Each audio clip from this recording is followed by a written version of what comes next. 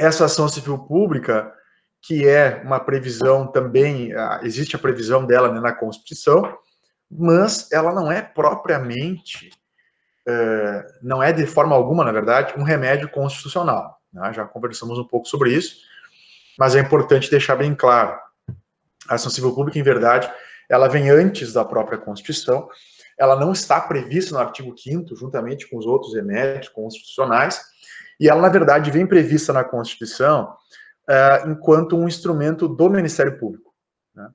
Então, a única previsão que nós temos na Constituição, falando do termo ação civil pública, é lá no artigo 129, onde se diz que são funções institucionais do Ministério Público, dentre várias, né, propor a ação civil pública para a defesa do meio ambiente, do consumidor, patrimônio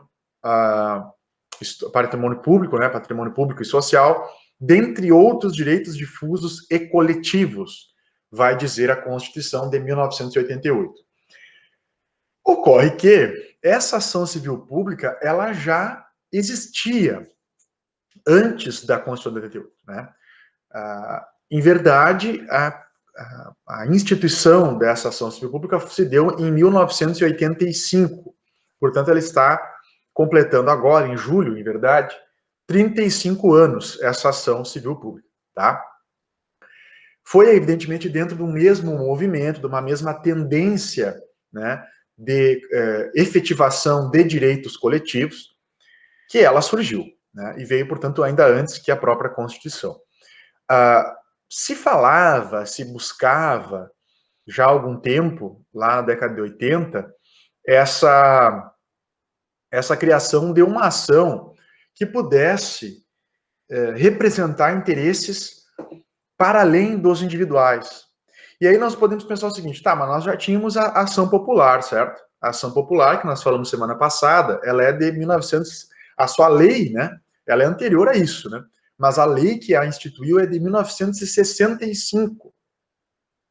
Só que a ação popular, ela originalmente veio para tutelar patrimônio público, e depois se agregaram outros direitos difusos também, como meio ambiente, por exemplo, patrimônio histórico e cultural, mas tu não tinha a possibilidade de defesa de outros direitos difusos e outros direitos coletivos em sentido estrito ou individuais homogêneos. Ou seja, danos ao meio ambiente, danos ao consumidor, danos ao patrimônio que envolvessem um conjunto de indivíduos, certo? Indeterminados, mas determináveis, ou ainda indivíduos determinados, desculpa, mas que todos têm o mesmo direito, frutos de um mesmo dano, de uma mesma situação homogênea, né? Ou seja, direitos individuais homogêneos. A ação popular não serve a isso. A ação popular não serve a isso, né? E aí se pensava numa instituição que pudesse representar esse tipo de interesses e demandar em juízo mediante uma ação judicial para a defesa desses direitos coletivos em sentido amplo agora. Não só os difusos, mas também os coletivos em sentido estrito e os individuais homogêneos. Tá? E aí a ação civil pública surge com essa finalidade.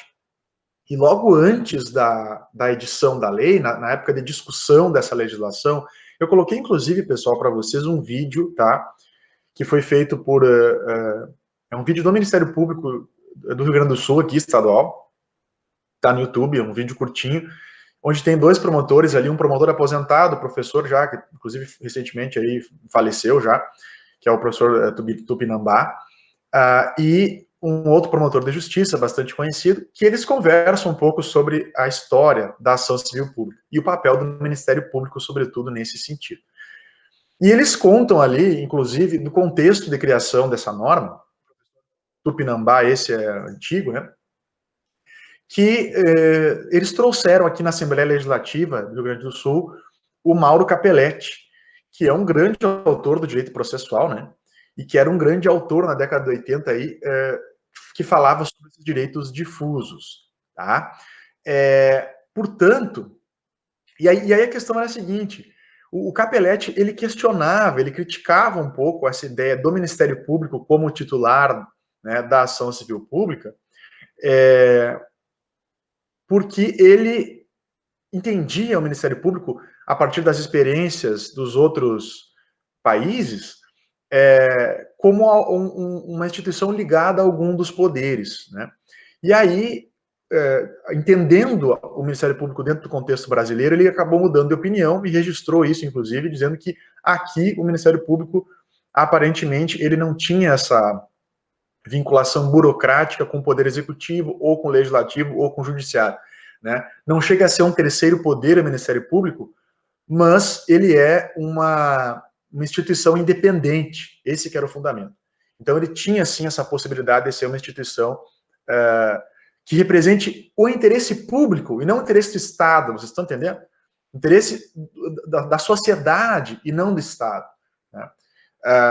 E aí seria o grande legitimado. E isso influenciou, provavelmente, a produção legislativa, e se aprovou a Lei da Ação Civil Pública, com o Ministério Público sendo o grande representante aí para a propositura dessa ação, né? E os carros-chefe dessa, vamos dizer assim, dessa necessidade de criação de uma ação judicial para proteger direitos desse tipo, eram direitos difusos relativos a meio ambiente e direito do consumidor. Então, esses eram os dois campeões, assim, são os dois grandes exemplos de direitos difusos, né? Então, eles eram, assim, os grandes exemplos aí de direito difuso que se pretendia tutelar através do Ministério Público, sobretudo mediante a ação civil pública, tá? Então, ela é muito importante nesse sentido, tá? A legislação, ela prevê não só, evidentemente, esse tipo de direitos difusos, tá? Eu vou abrir aqui a legislação agora para a gente conversar um pouco. Ela prevê, na verdade, uma lista que é exemplificativa de direitos, mas todos com viés coletivo em sentido amplo. Ou seja, são direitos que não são de interesse individual, ou pelo menos, são pelo menos individuais homogêneos. Tá? Então, o que diz a Lei 7.347 de 85? Rege-se pelas disposições dessa lei sem prejuízo da ação popular. Então, quer dizer, a ação popular ela continua tendo a sua importância e a sua abrangência, mas ela é muito menor em termos de abrangência mesmo, a ação popular, porque ela vai poder tutelar direitos difusos e alguns só: meio ambiente, patrimônio histórico, cultural, patrimônio público. Enquanto aqui nós temos não só outros direitos difusos, como também um rol exemplificativo, porque se fala assim, qualquer outro interesse difuso ou coletivo, abrindo o rol, portanto, de possibilidades da ação civil pública, que é muito mais ampla, portanto, que a ação popular propriamente dita, tá? Ações de responsabilidade por danos morais e patrimoniais causados. Pessoal, isso é uma ação civil, ou seja, não é uma responsabilização penal aqui, ou administrativa, ou coisa do tipo. Não que não possam esses danos gerar responsabilidade penal. Claro que pode. E pode ao mesmo tempo, inclusive. Mas são esferas independentes, vocês sabem disso. A pessoa pode sofrer uma ação civil para indenizar e ao mesmo tempo ação penal. Correto? São esferas independentes.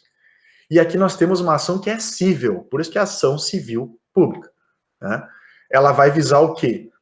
3 tutelas, né, finais, né? O que se pretende numa sentença aqui é conseguir indenização, responsabilidade patrimonial, portanto, e obrigações de fazer ou não fazer, tá? Determinações judiciais para que se faça ou se deixe de fazer alguma coisa, certo? Então ela tem essa amplitude nesse rol que diz o seguinte: o meio ambiente e consumidor, então, nos dois principais direitos tutelados por essa lei, né, e continuam sendo, a grande atuação do Ministério Público se dá na seara do meio ambiente e do consumidor, e eles usam o instrumento que o Ministério Público tem nessa seara é a ação civil pública, tá? Mas também bens e direitos de valor artístico, estético, histórico, turístico e paisagístico, Qualquer outro interesse difuso ou coletivo, aqui abre o rol, que é exemplificativo, portanto, infração à ordem econômica, ordem urbanística, honra e dignidade de grupos raciais, étnicos ou religiosos e ainda patrimônio público e social.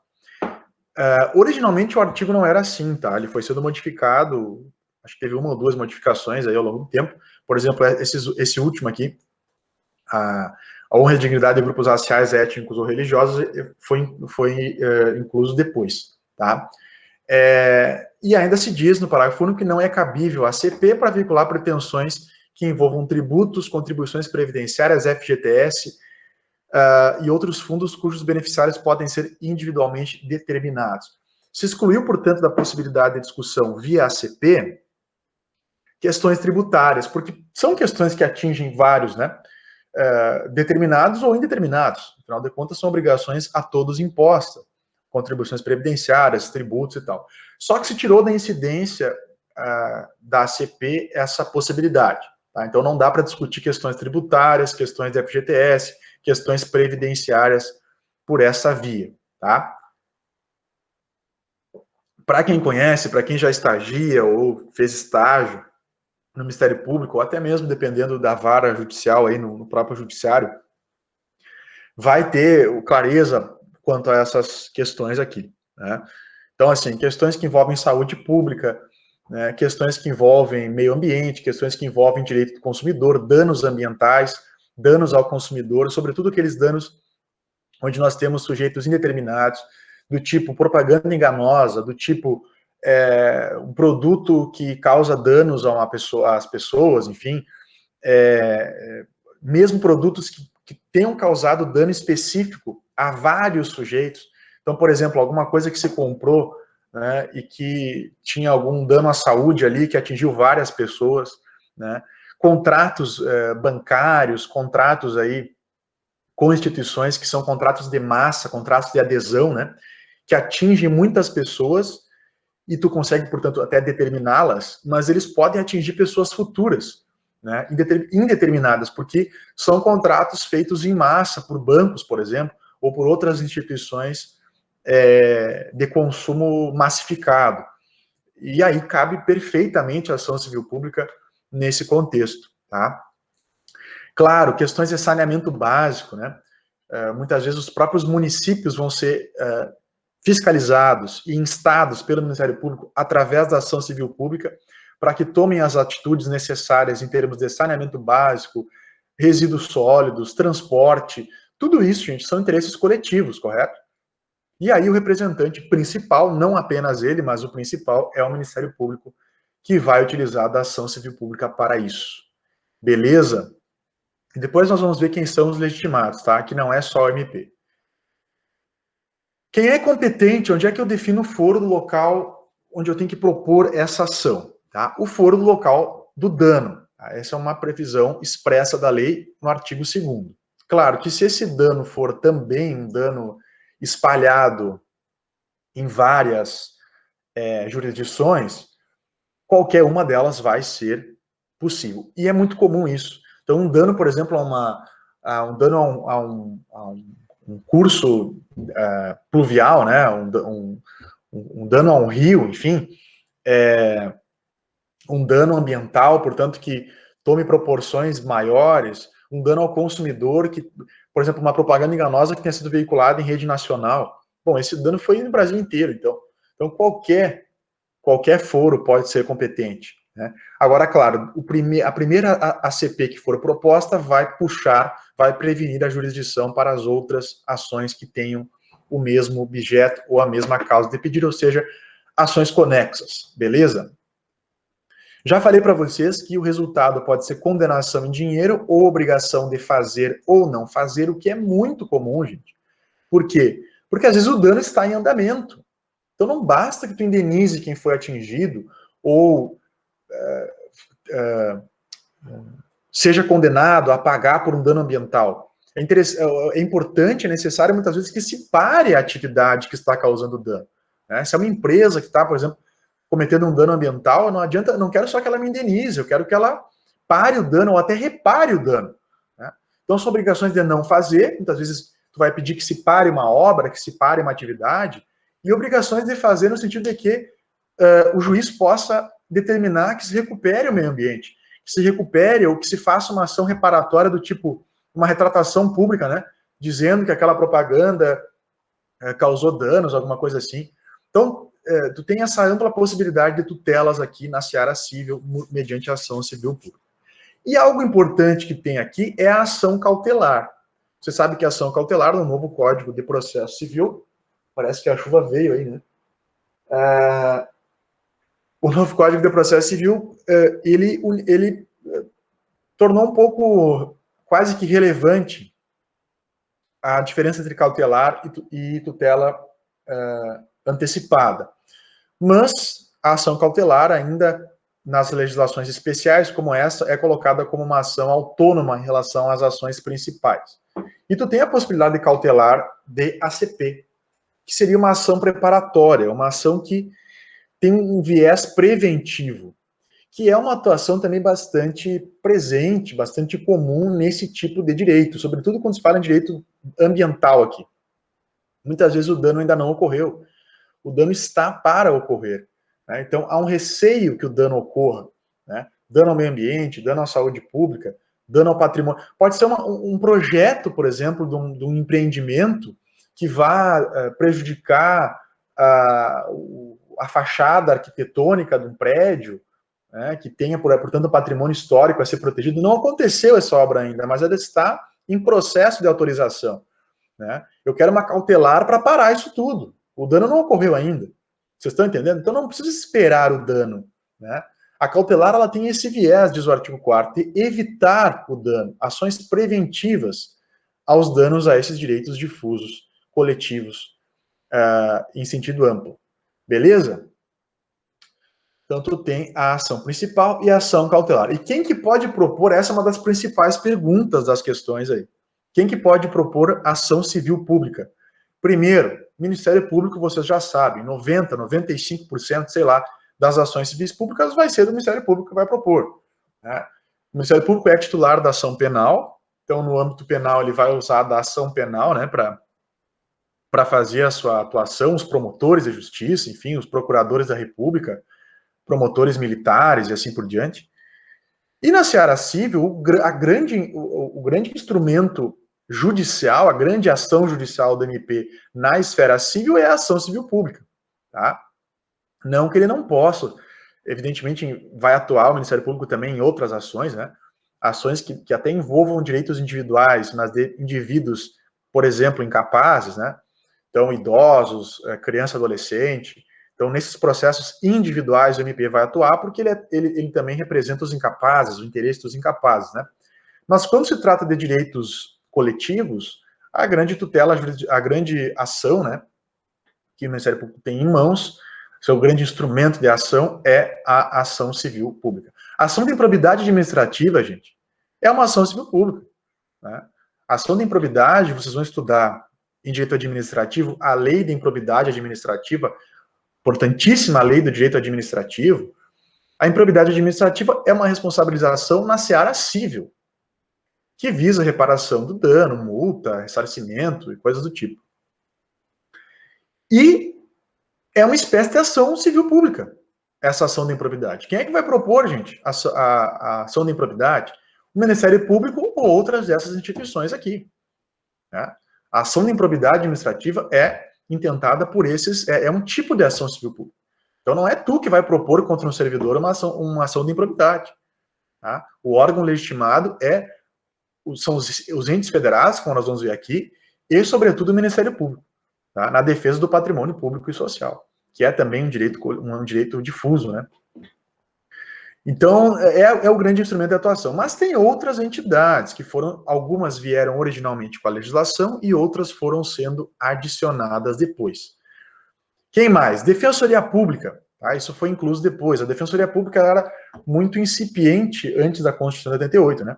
Ainda hoje, na verdade, vários estados são bastante deficitários em termos de defensoria pública. Né? Então, estão se estruturando as defensorias públicas estaduais em vários estados. Santa Catarina, por exemplo, até há pouco, defensoria pública lá praticamente não existia. mas está, né, em processo de estruturação já há alguns anos. E a Defensoria Pública, quando se trata de direitos, sobretudo de hipossuficientes e direitos humanos, enfim, ela tem legitimidade. Então, um defensor público pode propor uma ação civil pública, sim, tá? A União, os estados, o DF e os municípios. Então, os entes federados todos têm essa possibilidade. Um município qualquer que seja pode propor uma ação civil pública, né, através da assinatura aí do seu prefeito, do seu procurador-geral do município, assim como os estados, DF e a União, tá? As pessoas da administração indireta também podem, não é muito comum, mas é possível que também elas proponham ação civil pública. Então, autarquias, empresas públicas, fundações e sociedades de economia mista, tá? Então, a Universidade Federal de Santa Maria pode, o IBAMA pode, a empresa pública como os Correios, a Caixa Econômica Federal, a Petrobras, é uma sociedade de economia mista, o Banco do Brasil, todas são instituições que podem entrar com ação civil pública. Sobretudo por quê, gente? Porque elas têm patrimônio ali público, certo? Então, danos a elas, sobretudo elas vão entrar com ações civis públicas quando tiver um dano ao seu patrimônio, né? Um dano danos a essas instituições são danos ao patrimônio público. Então, elas também vão ter legitimidade para isso. E uma outra legitimidade importante é a das associações. Aqui sim a sociedade civil, né? Tu vê, todas essas primeiras entidades aqui, Ministério Público, Defensoria Pública, os entes federados e a administração indireta, são, vamos dizer assim, entes da administração pública, né? Mas a sociedade civil também pode. As pessoas, a sociedade também pode. Mas por meio de associação. Então não é partido político e não é qualquer pessoa física ou jurídica que vai poder propor uma ação civil pública. A sociedade civil, mediante associação, pode. E não é qualquer associação. Tá? É uma associação que esteja constituída há pelo menos um ano e que tenha nas suas finalidades institucionais a proteção a algum desses direitos que nós falamos. Patrimônio público, meio ambiente, consumidor, livre concorrência, grupos raciais, étnicos, patrimônio histórico. Ou seja, tem que ser uma associação com essa finalidade, ou que inclua dentro da sua finalidade algum desses direitos. Aí tu tem associações de defesa do consumidor, tu tem associações de defesa de grupos étnicos e raciais, grupos religiosos, tu tem associações com essas finalidades, beleza? E aí elas vão poder entrar com ação civil pública porque elas são representantes, né, de direitos difusos, beleza? Diferentemente, olha só a diferença disso aqui para aquela legitimidade que a gente viu lá das associações, de entrarem com mandado de injunção ou mandado de segurança coletivo. Que lá eles vão estar buscando direitos coletivos do tipo individuais homogêneos dos seus associados. Dos seus associados. Né? Aí qualquer associação pode, né, em nome dos seus associados, entrar, como substituta processual dos seus associados. Aqui não, aqui é outro tipo de tutela. Aqui é uma associação, por exemplo, de direito de proteção ao meio ambiente, e que os seus associados, enfim, não são os diretamente atingidos necessariamente, é toda a sociedade. Tá? Porque aqui são direitos difusos e não individuais homogêneos, sobretudo, que vão se buscar tutelar. Beleza, gente? Um detalhe importante é que essa pré-constituição de um ano, ela pode ser dispensada, tá? O requisito da pré-constituição pode ser dispensado quando haja manifesto interesse social, etc. Ou seja, se exige que a associação tenha pelo menos um ano, mas isso pode ser relativizado pelo juiz, se ele entender que é o caso. Então, já aconteceu, e vocês podem procurar aí sobre isso, mas é possível que a associação seja criada para entrar com a ação civil pública, por exemplo. Tá? Desde que haja relevância para isso, o juiz pode deferir. Quando o MP não for o autor da ação, ele vai necessariamente atuar como custos legis, tá? Ele atuará obrigatoriamente como fiscal da lei, então ele sempre vai intervir na ação civil pública.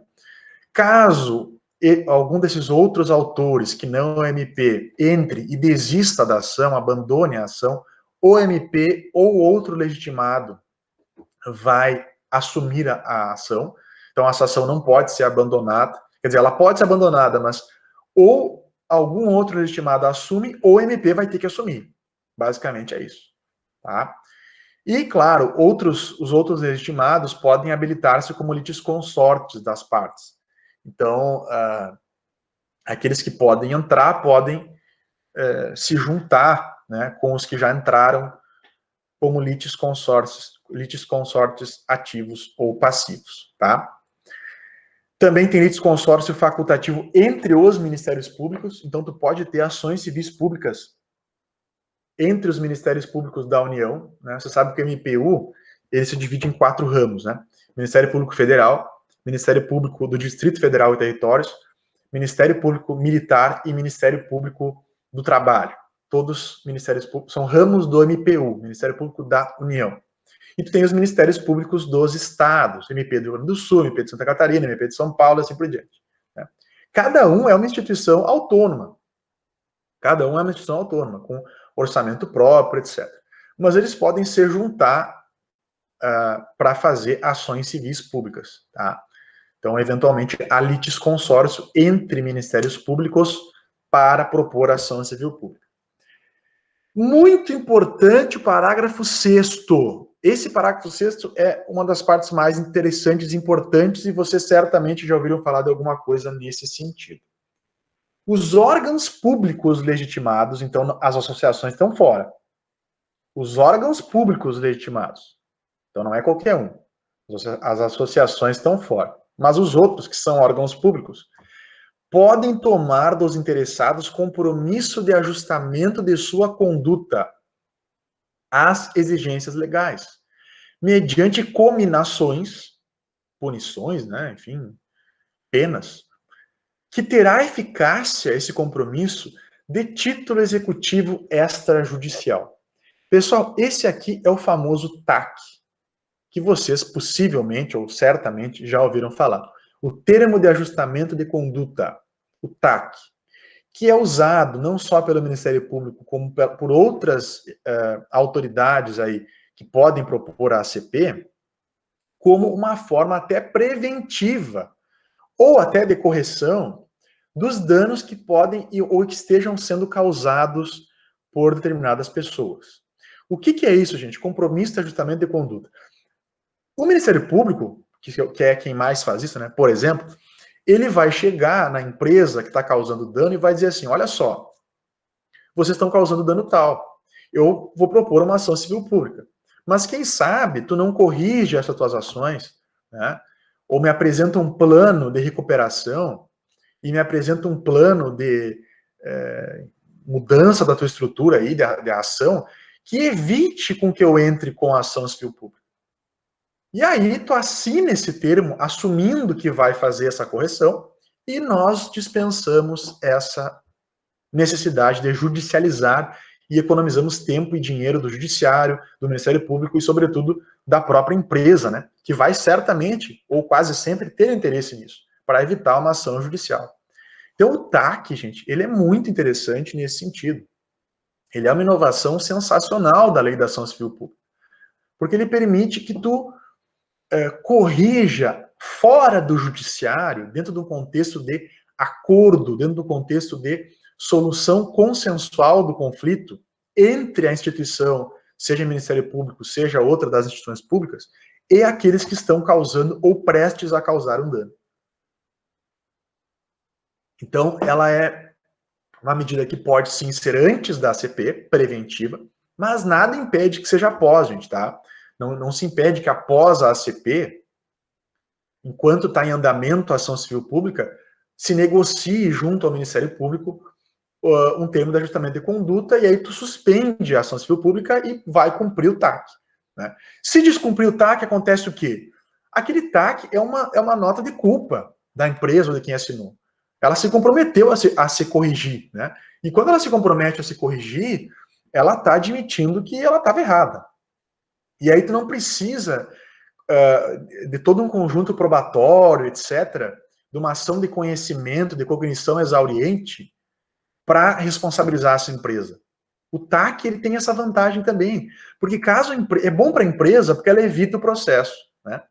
Mas se ela descumprir, é bom para a MP e para a sociedade. Por quê? Porque se ela descumprir, eu simplesmente vou lá e executo.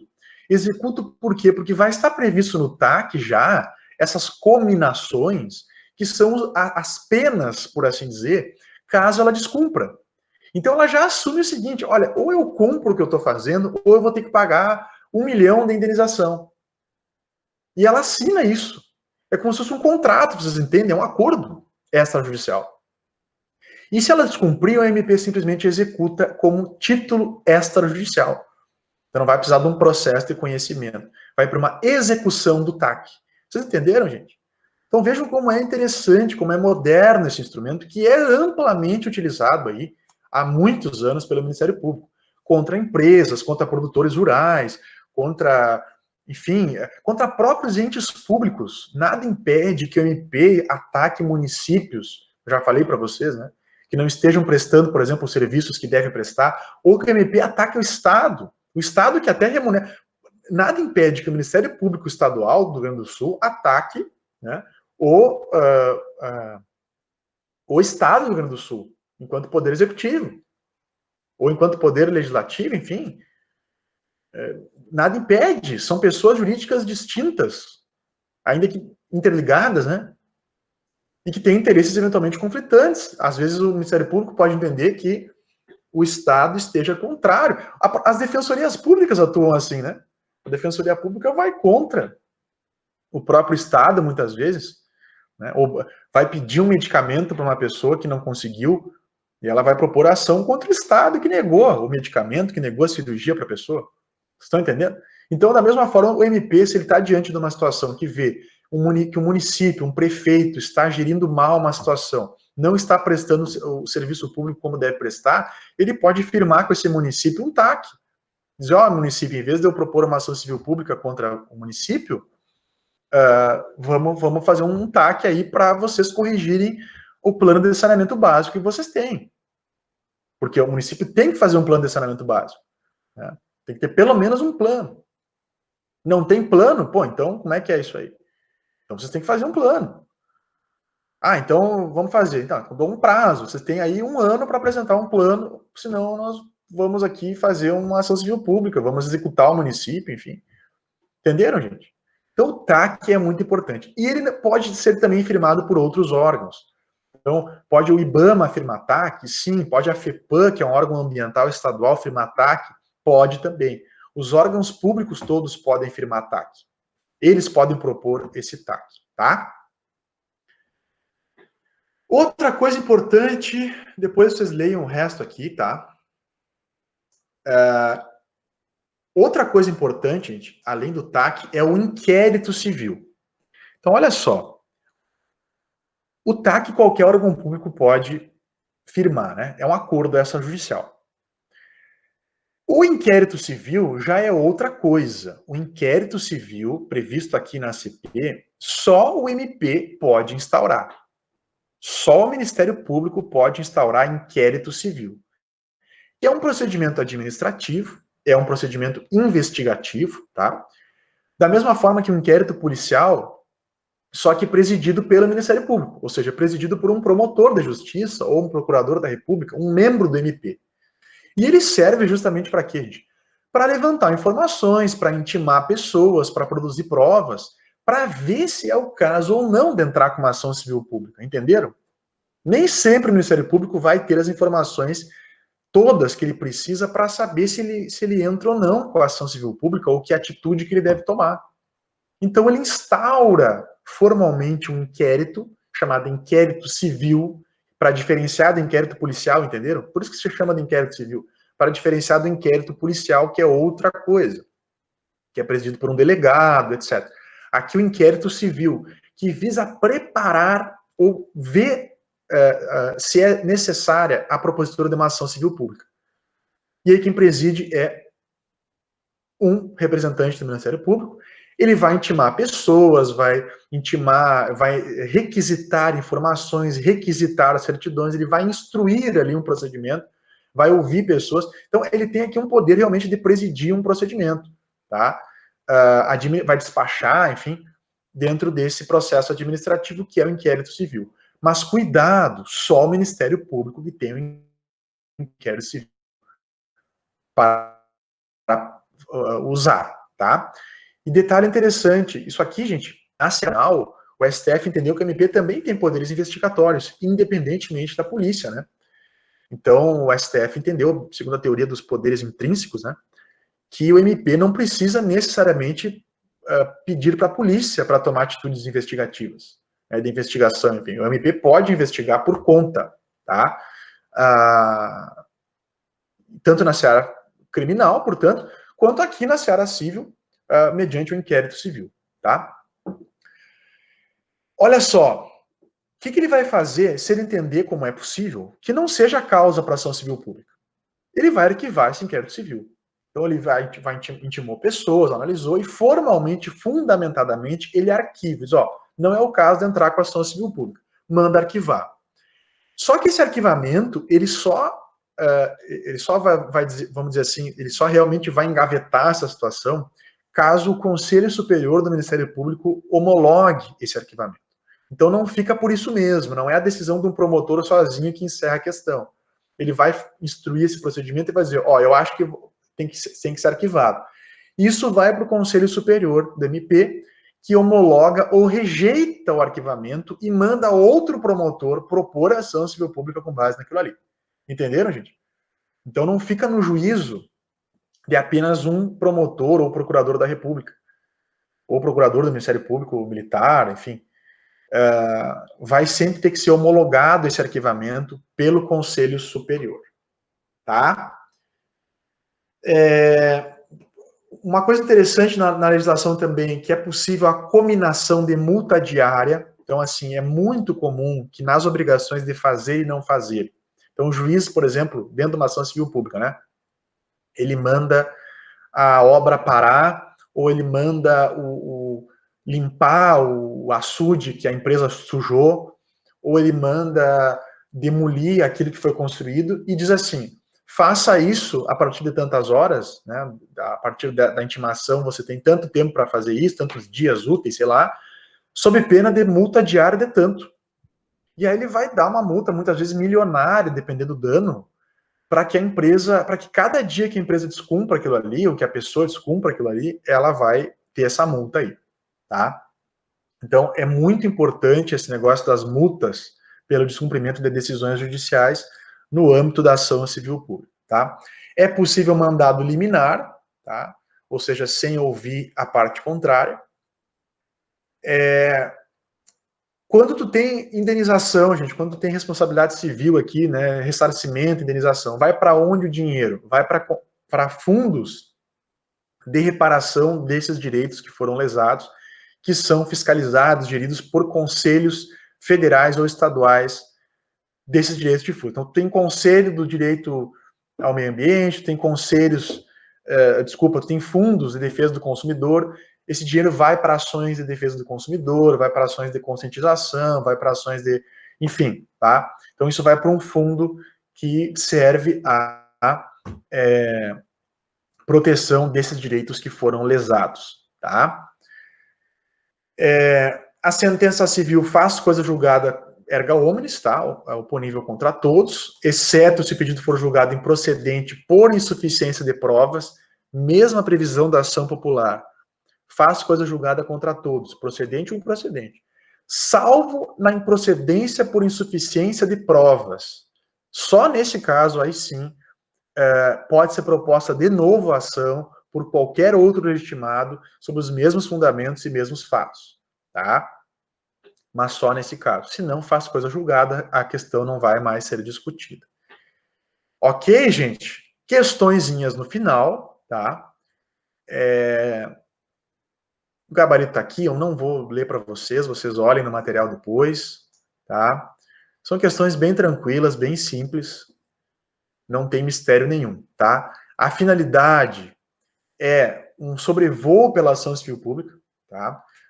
Não é pormenorizar, assim, a gente nem teria tempo para isso, mas ela está no nosso programa.